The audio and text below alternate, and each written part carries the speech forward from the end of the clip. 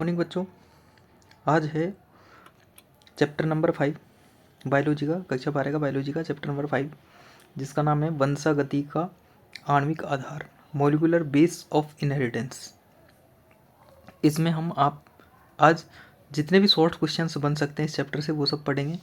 और चालू करने से पहले हमारा डिस्क्रिप्शन में टेलीग्राम लिंक दिया हुआ है, उसको आप ज्वाइन कर लें, ताकि जितने भी वीडियोस आने वाले हैं, नोट्स आने वाले हैं, शॉर्ट नोट्स अगर हम बोर्ड से पहले कुछ देते हैं तो टेलीग्राम चेक करते रहना, वहाँ आपको सारा कुछ मिल जाएगा। और इम्पोर्टेंट, अगर आपको ये जो सीरीज है पसंद आ रही हो, आपको लग रहा हो कि यार क्वेश्चन ठीक ठाक से हैं और एग्जाम में आ सकते हैं, तो चैनल को सब्सक्राइब कर दें। इससे पहले कभी नहीं बोला हुआ, लेकिन आज बोल रहे हैं, ठीक है। तो अब इतना तो कर ही सकते हो ना, फ्री में इतना पढ़ के जा रहे हो, कुछ तो ऐसा थोड़ी है, कुछ पैसे थोड़ी ले रहे हैं आपसे, बस सब्सक्राइब करने को बोल रहे हैं। और अगर अच्छा लग रहा हो तो कर देना, ठीक है। और इतना तो कर ही सकते हो, इतना कोई थोड़ी है, पैसे तुमसे थोड़ी ना मांगे हैं, ठीक है। देखो पहला क्वेश्चन है, और इन क्वेश्चनों को अच्छे से एक बार शॉर्ट क्वेश्चन, और ये जो क्वेश्चन मैं बता रहा हूँ ना, ये पूरी की पूरी लंबी सीरीज है, उसमें से मैं आपको मुश्किल से शॉर्ट क्वेश्चन और ये जो फिलिंग द ब्लैंक्स और एमसीक्यू, ये तो मैं सारा बता रहा हूँ, इन सबको पढ़ के चल जाना। लेकिन इसमें भी मैं मोस्ट बता देता हूँ कि इस वाले को तो पढ़ के ही जाना। और जो छोटे क्वेश्चंस हैं उसमें भी, जैसे बड़े क्वेश्चंस हैं उसमें भी मैं कुछ हाथ क्वेश्चन, 1 या 2 क्वेश्चन, 3 क्वेश्चन मैं मोस्ट बता देता हूँ, तो उनमें से ही आएंगे, उनमें से एक बार अच्छे से रट के जाना और इसको कंटिन्यू देखते रहना। इसके बाद में मैं आपको डेस्क वर्क सॉल्व कराऊंगा, और उसके बाद में एग्ज़ाम से पहले 4 या 5 दिन पहले मैं आपको प्री बोर्ड करवा दूंगा 1-2, और एग्ज़ाम से पहले यानी एग्ज़ाम से 1 दिन पहले मैं आपको मेरी तरफ से मोस्ट एक्सपेक्टेड जो पेपर होगा ना वो डाल दूंगा, ठीक है। तो आप जुड़े रहें और अच्छे से पढ़ाई करें, ठीक है। इसको तो पढ़ें, उसकी कोई गारंटी नहीं है बोर्ड वाला आएगा कि नहीं आएगा, बट ये तो आ रहा है, इसको अच्छे से पढ़ें और चैनल को ज़रूर सब्सक्राइब और कर लें, ठीक है। ये दूसरी बार बोला है, बढ़ जाने चाहिए सब्सक्राइबर, बाकी तुम्हारी इच्छा। देखो पहला क्वेश्चन है कौन सा, सेंट्रल डॉग्मा का पूर्ण प्रवाह किस चित्र में होता है। देखो डीएनए से डीएनए बनता है, उसमें फिर एमआरएनए बनता है, फिर डी की जगह क्या बनता है, प्रोटीन बनता है। क्या बनता है, प्रोटीन, ठीक है। इसी क्रम में तो होता है। सेंट्रल डॉग्मा क्या है, आनुवंशिक सूचनाओं का डीएनए से एमआरएनए, एमआरएनए से प्रोटीन की क्रम में सूचना का स्थानांतरण ही सेंट्रल डॉग्मा है। तो देखो एक जगह क्या आएगा, डीएनए से डीएनए बनने की प्रक्रिया को बोलते हैं प्रतिकृतिकरण, रेप्लिकेशन। डीएनए से एमआरएनए बनने के वो बोलते हैं अनुलेखन, ट्रांसक्रिप्शन, ठीक है। और सी ट्रांसलेशन। डी क्या बनेगा, डी की जगह प्रोटीन बन जाएगा, वो तो पहले ही बता दिया था मैंने, ठीक है। तो देखो फिर से क्या थी, कैसे याद रखोगे, शॉर्ट में बता देता हूँ। देखो डीएनए से डीएनए बन रहा है, उसको बोलते हैं रेप्लिकेशन, आर, ठीक है। डीएनए से और एमआरएनए बनने को बोलते हैं ट्रांसक्रिप्शन, ये बोलते हैं, ठीक है। फिर है, तो देखो इसमें क्या आ रहा है, एस सी आ रहा है, सी आ रहा है, ठीक है। और दूसरी देखो एमआरएनए से प्रोटीन बनने की प्रक्रिया को बोलते हैं ट्रांसलेशन, क्या बोलते हैं, ट्रांसलेशन। इसमें क्या आ रहा है, एल आ रहा है। अब बताओ सी पहले आता है, एल पहले आता है, सी पहले आता है ना, तो यहाँ क्या लिखोगे, ट्रांसक्रिप्शन, क्या लिखोगे, ट्रांसक्रिप्शन, और यहाँ ट्रांसलेशन, ठीक है। आई बात समझ में। तो रेप्लिकेशन, ट्रांसक्रिप्शन, ट्रांसलेशन। और बस इस क्वेश्चन को अच्छे से रट के जाना, हो सकता है इस फॉर्म में या दूसरे फॉर्म में आपसे पूछ ले, ठीक है। फिर है दूसरा क्वेश्चन, देखो क्या बोल रहे हैं, यदि दो लगातार क्षार बेसों के बीच की दूरी 0.34 nm हो, तो स्तनधारी के डीएनए कुंडलित युग्म क्षारों की कुल लंबाई इतनी है, तो डीएनए की लंबाई क्या होगी, तो डीएनए की लंबाई 2.2 मीटर होगी। इन दोनों को मल्टीप्लाई कर देना, 3.35 प्लस 6.6 10⁻⁹ दोनों को मल्टीप्लाई करके देखना, 2.2 मीटर आएगा, ठीक है। अब देखो फिर है तीसरा क्वेश्चन,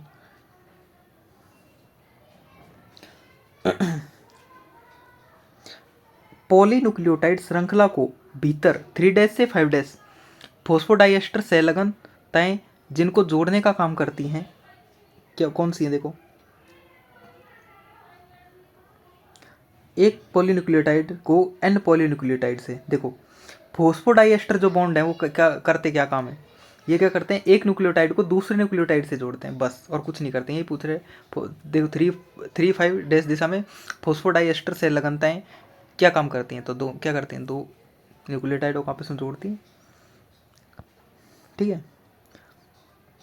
फिर बोल रहा है किसी एक निर्दिष्ट स्पीसीज के लिए निम्न में से कौन सा अनुपात सामान्य व स्थिर होगा? तो AT प्लस CG, कौन सा वाला होगा? CG plus AT। ये जो अनुपात होगा ना, ये फिक्स होगा, और इसी को क्या बोलते हैं? चौरगॉफ का नियम। चौरगॉफ का नियम, इसको रट लेना। अगर पूछ ले चौरगॉफ का नियम क्या होता है, तो ऐसे देखो, जीवों में G+C, जीवों में पाए जाने वाले न्यूक्लियोटाइड का G+C upon A upon T का मान हमेशा स्थिर रहता है, यानी एक रहता है। इसको बोलते हैं चौरगॉफ का नियम। इंपॉर्टेंट है। ठीक है। फिर है किसी DNA में यदि थाइमिन की मात्रा 20% है तो ग्वानिन की मात्रा क्या होगी? इसको आप आराम से निकाल सकते हो। 5वीं में आएगा 30%। कितना आएगा? 30%। कैसे? अब बताओ, ये क्या बोल रहा है? DNA में जितनी मात्रा थाइमिन की है, जितनी मात्रा थाइमिन की है उतनी मात्रा में ग्वानिन जुड़े होंगे कि नहीं जुड़े होंगे? बराबर जुड़े रहते हैं। और फिर पूछ रहा है जितने ग्वानिन होंगे उतने ही साइटोसिन होंगे। अगर मान लो एक DNA में मान लो 100% क्या है, थाइमिन और एडेनिन है। थाइमिन किससे जुड़े रहेगा? एडेनिन से। और ग्वानिन साइटोसिन से जुड़े रहेगा। अब ये बोल रहा है थाइमिन की जो संख्या है, सॉरी किसकी, थाइमिन की संख्या है वो कितनी है? 20%। तो बताओ 20% ही किसकी होगी? एडेनिन की होगी, बराबर मात्रा में रहेंगे। और 40% हो गया, 40 100 में से 40 गया, 60 बचा। अब 60 को दो जगह बांट लो, इसकी कितनी होगी? 30%, और इसकी कितनी होगी? 30%। अब ये क्या पूछ रहा है वो लगा दो ऑप्शन में। ग्वानिन की मात्रा इसकी पूछ रहा है तो कितनी होगी? 30%। है ना। फिर है DNA संश्लेषण को विशेष रूप से रेडियो लेबल के समावेश का अनुपात लगाकर मापा जा सकता है। ठीक है। छठा क्वेश्चन है, इसमें क्या बोल रहे हैं? थाइमिन। देखो DNA संश्लेषण को विशेष रूप से किस रेडियो लेबल के समावेशन का अनुपात लगाकर, देखो थाइमिडीन के लगाकर आराम से मापा जा सकता है। फिर है निम्न में से एक RNA हेतु लागू नहीं है। निम्न में से एक RNA हेतु लागू नहीं है। क्या लागू नहीं है? चौरकॉफ का नियम। चौरकॉफ का नियम केवल DNA के लिए होता है, RNA के लिए नहीं होता। ठीक है। तो चौरकॉफ का नियम RNA पर लागू नहीं होगा। ठीक है। फिर वो क्या बोल रहा है? प्रतिलिपिकरण प्रक्रिया के समय DNA डबल हेलिक्स को खोलने के लिए कौन सी प्रोटीन की आवश्यकता होती है? 8वां में होता है टोपाइसोमरेज। कौन सा? टोपाइसोमरेज। देखो DNA का डबल हेलिक्स है, इस प्रकार का होता है। अब देखो इसमें से इसको बीच में से खोलेंगे तब कोई सा एंजाइम तो चाहिए ना, तो कौन सा चाहिए? DNA topoisomerase first. फिर है यदि DNA के एक रज्जु को नाइट्रोजन क्षारों का अनुक्रम ATCTG है तो देखो दूसरा पूरक अनुक्रम क्या होगा? पूरक अनुक्रम क्या होगा? देखो एक की जगह क्या आ जाएगा? RNA में कुछ नहीं आएगा, यूं की एज इट इज लिख दो। एडेनिन की जगह थाइमिन आना चाहिए, जबकि RNA में क्या होता है? यूरेसिल। बस यही तो चेक करना चाह रहा है कि आपको कितना आता है। तो एडेनिन की जगह यूरेसिल लिख दो। फिर बोल रहा है थाइमिन की जगह क्या लिखोगे? एडेनिन। ये सही है। ग्वानिन की जगह साइटोसिन के लिए ग्वानिन लिखोगे। एडेनिन के लिए वापस से थाइमिन के लिए एडेनिन, और ग्वानिन के लिए साइटोसिन। बस सिंपल। क्या करना है? देखो अगर इसका कोई भी अनुक्रम आ जाए, इसको रटना मत। देखो ऐसे आ जाए, मान लो ऐसे लिखा जाए ATCG, आपको क्या करना है? ये तो हमेशा स्थिर रखें। देखो क्या याद रखना है? ग्वानिन हमेशा साइटोसिन के साथ ट्रिपल बॉन्ड के द्वारा जुड़ा रहता है, और साइटोसिन फिर ग्वानिन के साथ जुड़ जाएगा। ये उल्टे साधे ट्रिपल बॉन्ड के साथ जुड़े रहेंगे। लेकिन DNA से mRNA बनाओगे तो फर्क खाएगा। mRNA क्या होती है? थाइमिन की जगह यूरेसिल। तो देखो एडेनिन तो थाइमिन तो एडेनिन के साथ जुड़ जाएगा, लेकिन एडेनिन जब किसके साथ जुड़ेगा?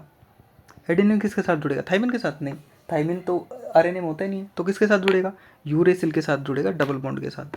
तो जहाँ पे भी आपको ऐसा DNA सीक्वेंस दे दे, mRNA बनाने को बोले, तो क्या करना? G की जगह C लिख देना, G की जगह C लिख देना, C की जगह A लिख देना, टी की जगह ए लिख देना, टी की जगह क्या लिखोगे ए। लेकिन अगर मान लो डीएनए में जहाँ ए लिख रहा है उसकी जगह एमआरएनए बनाते टाइम क्या लिख दोगे यू, और कुछ चेंज नहीं करना, ठीक है, एमआरएनए बन जाएगा। सिंपल था। अब है क्वेश्चन नंबर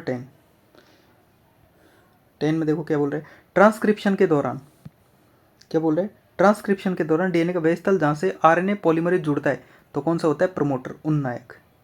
कौन सी जगह से जुड़ता है, प्रमोटर से, ठीक है, ये रट लेना अच्छे से। 11वां, आनुवंशिक कूट के विषय में कौन सी बात सत्य नहीं है, ये असंदिग्ध होते हैं, सही बात है, लगभग सार्वत्रिक होते हैं, सारे होते हैं, अपासित होते हैं, सही बात है, कौन से होते हैं, अपासित होते हैं। एमआरएनए का एक कोडॉन सतत रूप से असतत पाया जाता है, गलत, ठीक है, ये जेनेटिक कोड की विशेषता ही नहीं है।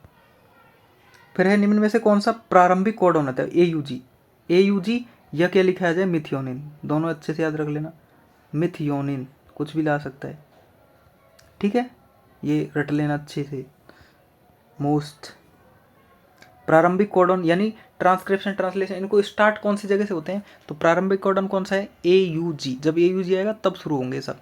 तो एयूजी किसको कोड करता है, अगर क्वेश्चन पूछ ले एयूजी किस प्रोटीन के लिए है, तो एयूजी मिथियोनिन के लिए है, और पूछ ले प्रारंभिक प्रोटीन कौन सी है, तो डायरेक्ट मिथियोनिन। अब बात आती है स्टॉप कोडॉन की, यानी समापक कोडॉन। समापक कोडॉन कितने होते हैं, 3 होते हैं, कौन कौन से होते हैं, देखो क्वेश्चन ऐसे जाए।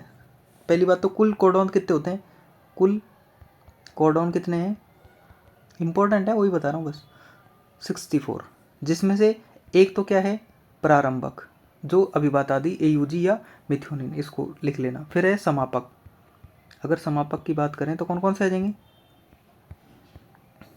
3 होते हैं, कौन कौन से, U A U G A U A G, U A G, U G A, U A, 3, ठीक है, लिख लेना, एग्जाम में आ सकते हैं। समापक कोडोनों के समापक कोडन कौन कौन से उनको लिखिए, तो तीनों लिख देना, ठीक। फिर पढ़ते हैं आगे, देखो देखो कुल कोडॉन 64 में से 61 कोडॉन 20 प्रकार के एमिनो अम्लों को कोड करते हैं, ये कहलाता है, बताओ इसको क्या कहते हैं, इसको कहते हैं आनुवंशिक कूट की अपभ्रष्टता, अपासिता, क्या बोलेंगे, आनुवंशिक कूट की degeneracy of genetic codon. Ribosome की दोनों इकाइयाँ आपस में किस आयन द्वारा जुड़ी रहती हैं, तो देखो कौन से आयन जुड़ी रहे हैं, मैग्नीशियम आयन द्वारा। मैग्नीशियम आयन क्या करता है, देखिए मान लो ये तो क्या है, राइबोसोम की बड़ी उपइकाई है, और ये कौन सी है, छोटी उपइकाई। आपस में इन दोनों को जोड़ेंगे तो चिपकाने के लिए कुछ तो चाहिए, तो चिपकाने के लिए क्या चाहिए, मैग्नीशियम आयन लगेगा, मैग्नीशियम आयन काम आएगा, क्लियर। एक तरफ से मान लो कोई भी बायोलॉजिकल प्रोसेस में अगर 2 इकाइयों को जोड़ रहे हो तो मैग्नीशियम गोंद के रूप में काम आएगा, तो बायोलॉजी की गोंद है, फेविकोल है, ठीक है। फिर है लेक ओपेरॉन क्या होता है, 15वां क्वेश्चन है, लेक ओपेरॉन क्या है, एक नियामक जीन व एक संरचनात्मक जीन, क्या है, एक नियामक एक संरचनात्मक जीन, जिसमें देखो एक रेगुलेटर होता है, ऑपरेटर होता है, अगर क्वेश्चन में इससे ज़्यादा ऑप्शन आ जाए तो क्या क्या दे सकता है, रेगुलेटर होता है, इसमें ऑपरेटर होता है, ठीक है, स्ट्रक्चर जीन होती हैं, ठीक है, और प्रोमोटर होता है। रेगुलेटर, ऑपरेटर, स्ट्रक्चर और प्रोमोटर, ये जीन होती हैं, लिख लेना, regulator gene, operator gene, structure gene और प्रोमोटर जीन, ठीक है। फिर है 16वां क्वेश्चन,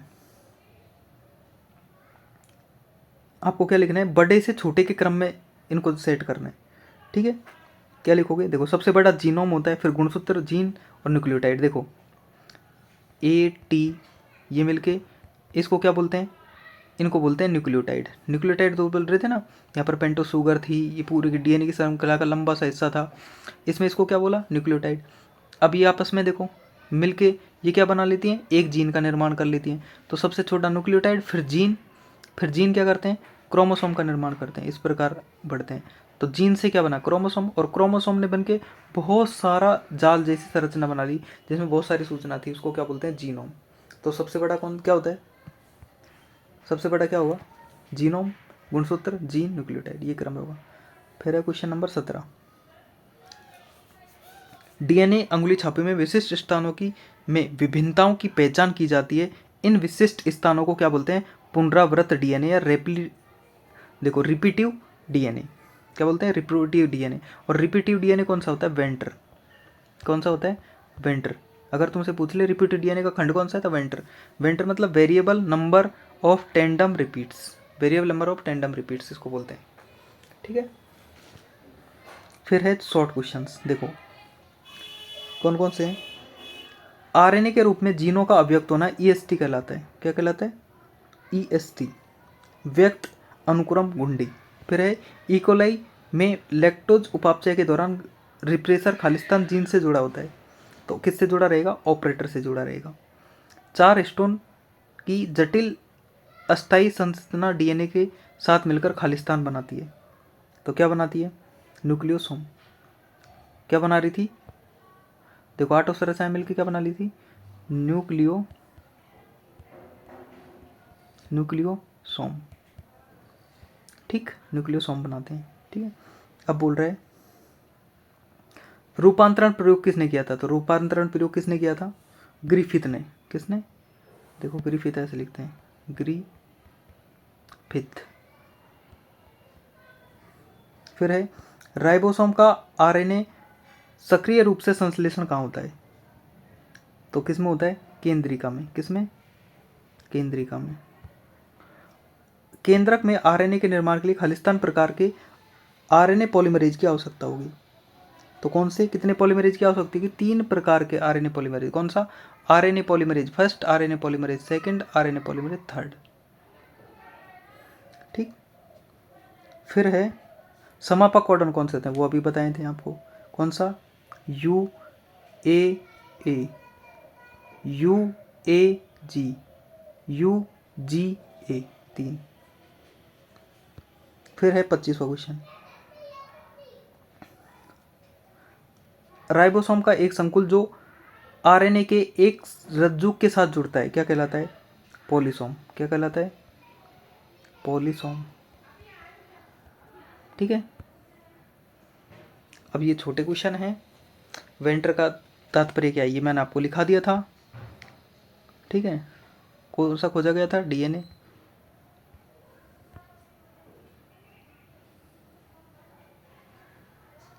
यदि एमआरएनए क्या बनेगा, मैंने क्रम बता ही दिया, केवल क्या लिखना है, एक ही जगह थाइमिन नहीं आएगा, यूरेसिल आएगा, एक आगे यू लिख देना, बाकी सीक्वेंस में क्या लिखना है, टी की जगह आगे ए लिखना है, जी की जगह सी लिखना है, और सी की जगह ए लिखना है,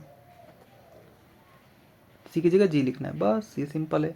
और क्या लिखना है, एक ही जगह बस याद रखो, एक ही जगह यूरेसिल, ना कि थाइमिन, ठीक। ये था। और देखो इसमें जो क्वेश्चन हैं मेरी तरफ से मोस्ट बड़े, देखो आनुवंशिक कूट की विशेषता लिखिए, जेनेटिक कोडों की विशेषता लिखिए, की बात है ये इंपॉर्टेंट, ये 2 क्वेश्चन इंपॉर्टेंट, ये इंपॉर्टेंट बता रहा हूँ जो बड़े आएंगे बस, ठीक है। और ये मेरी तरफ से 3 क्वेश्चन रट के जाना अच्छे से, और भी बता देता हूँ, देखो संक्षिप्त में अनुलेखन मेरी तरफ से, ये इसमें अनुलेखन इंपॉर्टेंट है, देखो इसमें से अनुलेखन में से, इसमें से, ठीक है, और ये सी में से, तीनों में से एक तो बड़ा क्वेश्चन आएगा, ठीक है, इससे बाहर जाएगा ही नहीं। अनुलेखन, ये वाला क्वेश्चन, और ये डीएनए की डबल हेलिक्स मॉडल, तीनों में से रट के जाना, तीनों में से एक क्वेश्चन जरूर आएगा, ठीक है। और एचजीपी के उद्देश्य याद करके जाना, प्रमुख विशेषता, ठीक है, ये याद करके जाना। और तो क्या याद करोगे, ये याद करके जाना, ओकाजाकी खंड क्या होता है, 1 नंबर में पूछ सकता है बस, ठीक है। ये मेरी तरफ से इम्पोर्टेंट थे। थैंक यू फॉर वॉचिंग, और चैनल को सब्सक्राइब कर दें अगर वीडियो पसंद आई हो तो, और शेयर भी कर दें, ठीक है, ताकि अपने दोस्तों को भी वो भी बढ़ सकें, ठीक है। Thank you for watching.